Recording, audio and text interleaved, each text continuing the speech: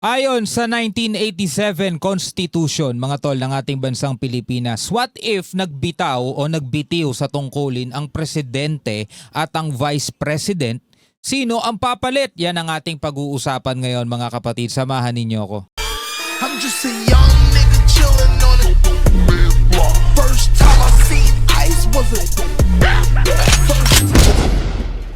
Alright mga kapatid, welcome ulit sa ating bagong video, reaction, review, commentary, opinion, criticism at kung ano-ano pa. So panoorin natin itong balitang ito mula rito sa UNTV News and Rescue. Ayon dito mga kapatid kay retired Associate Justice Antonio Carpio, may paliwanag sa line of succession ayon sa Constitution, no? Meron kasing pagkakasunod-sunod yan eh. 'Di ba? Pag nagbitiw ang presidente, papalit vice president. Pag hindi kinaya ng vice president, sino yung mga susunod?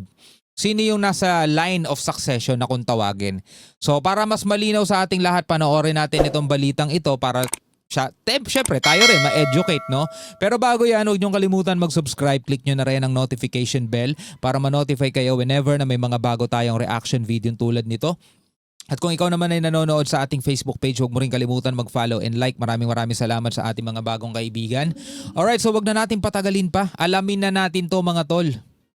Nilinaw ni retired Supreme Court Associate Justice Antonio Carpio na hindi kailanman mababakante ang posisyon ng Pangulo kahit pasabay na magbitiw ang Pangulo at pangalawang Pangulo ng bansa.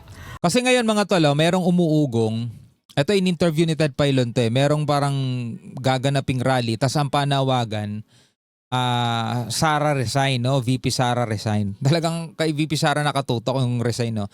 Kay President Marcos parang ayaw pa nilang gawin mga kapatid eh. Pero dun nakikita, no? Dun lumalabas mga tol na parang mas kinatatakutan ata nila rito si VP Sara kaysa kay President Marcos. Pero ano pa man ang kanilang mga layunin o agenda mga tol, ayaw na nating pakialaman yon. Pero eto nga, yung panawagan naman ng iba, Marcos resign. Yung panawagan ng iba, VP resign. What if parehong mawala eto sa position o pareho silang magbitiw? Which is alam naman natin hindi mangyayari, di ba?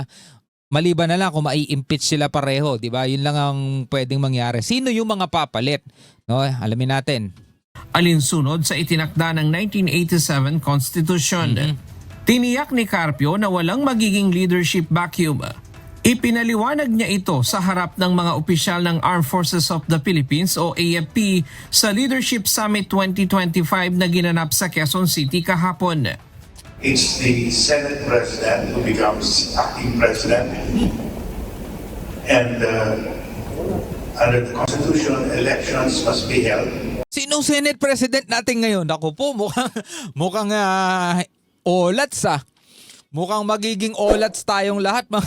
Sino ba Senate President ngayon? In accordance with Si Tito? Si Tito Soto, mga tol?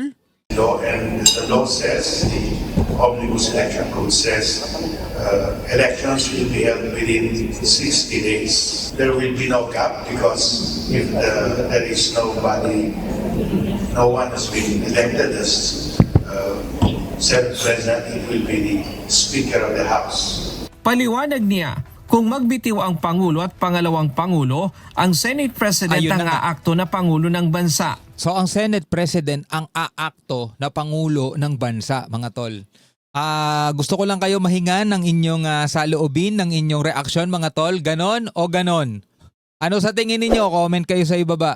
Ngunit kung hindi rin ito magagampanan ng Senate President, ang Speaker of the House ang aakto. Sa ilalim ng Omnibus Election Code, Isa pa, Speaker of the House ulit. kailangang magdaos ng special election sa loob ng 60 araw. 2 Ngunit months. maaari itong baguhin ng Kongreso kung kinakailangan. Nako. So there is, and of course there will be no vacancy because if the Senate President resigns, they can always elect a successor among them. So there will be no situation where there will be no successor under the existing So laging may papalit. Constitution. Giit ni Carpio, malinaw na nakasaad sa saligang batas ang succession o pagpapalit ng pinuno. Kaya hindi magkakaroon ng panahon na walang mamumuno sa bansa. That can be changed because that is just in the Omnibus Election Code. Congress can pass a law extending this probably to 6 months or 90 days. So there is a succession in the Constitution that has to be followed.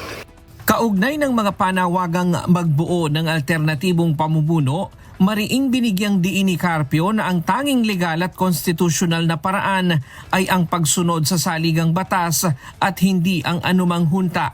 Well, yun kasi yung nakalagay sa 1987 Constitution na magpahanggang ngayon mga tol ay ginagamit pa rin ng ating bansa, no? So yun na yung line of succession. Kapag nagbitaw ang president, dapat papalit vice president. What if pareho sila magbitiw? Which is alam natin hindi mangyayari again Pero ang papalit doon mga tol is Senate President. Pag hindi nagampanan na Senate President is yung Speaker of the House, no? Eto problema ha. Ang sabi, mga kapatid, sa mga bali-balita, eto'y napapanood din nating lahat di ba? Buong gobyerno daw Hindi man lahat, no? Sabihin natin meron pa ring mga alam nyo na, malilinis dyan, mga talagang hindi tiwali, mga mabubuting tao na may babuting kalooban na talaga nagmamahal sa ating bayan. Pero majority, overall, sabi, buong gobyerno daw, sangkot mga tol sa korupsyon. Ako po. May pag-asa pa ba ang Pilipinas, no? Makabawi, no? Ano sa tingin ninyo? Comment kayo. Kasi kumbaga mga tol, hindi sapat na mapalitan lang yung president, hindi sapat na mapalitan lang yung vice president. Alam niyo parang sa computer no, sa PC, 'di ba? Halimbawa corrupted na, marami ng virus yung PC mo. Hindi sapat na magpalit ka ng video card, hindi sapat na magpalit ka ng memory, hindi sapat na mag-upgrade ka lang ng processor. Hindi sapat 'yun Kailangan mong i-reformat mismo yung PC mo. Ganon yung dito sa ating gobyerno, paano yan? Kahit palitan mo yung president, yung mga nandoon pa rin sa ilalim, yung mga nasa BIR, yung mga nasa customs, yung mga nasa Department of Health, alam nyo na, lahat nasa DPWH, nasa DepEd. Diba? Kung sila pa rin yung nandiyan dyan, tapos same house, pa rin, Congress pa rin yung nandiyan dyan, mga tol, paulit-ulit na sila pa rin yung nandiyan dyan, ano mangyayari, diba? Tuloy natin. There is no place for a military civilian junta because that would be unconstitutional. Samantala, nilinaw din ng Philippine Coast Guard na walang lumalapit sa kanila tungkol sa anumang banta ng destabilisasyon o pagbuo ng anumang civilian military junta. Ayon kay Admiral Gaban, hindi sila makikialam sa politika at ang kanilang pinagkakaabalahan ay ang magbigay ng serbisyo sa ating mga kababayan. Focus na lang kayo sa West Philippine Sea. Diba? Focus na lang kayo dun. The strength of the Coast Guard is its weakness. We are only 35,000 weak. So we can create a dent in any political circus. Biruin mo, 35,000 lang sila mga tol. Diba? Hindi nga daw sila makakalikha ng dent dito sa politika rito sa Pilipinas. Ano pa kaya? Makakalikha kaya sila ng dent sa mga banta sa seguridad ng ating soberanya? So walang ganong nag-a-approach sa amin.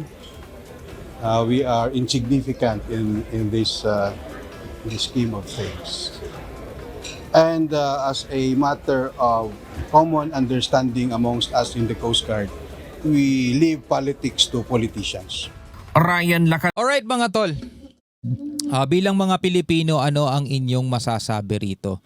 Again mga tol, eto'y lang naman kumbaga usap-usapan lang naman. Kung sakali, at least alam natin kung sino yung mga papalit, kung sino yung mga mauupo. Pero malabo mangyari yun Walang magbibitiw dyan sa mga yan. Ang tanging makakapagpaalis dyan sa mga yan kung baga talagang maituro sila na may kasalanan sila, merong sapat na ebidensya, mai-impeach, yun lang.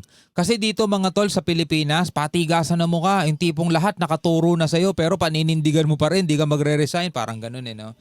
Anyway, ano masasabi nyo rito? Comment ka na lamang sa ibaba. Hanggang sa muli, ako nga pala si Shobaldi. Peace out.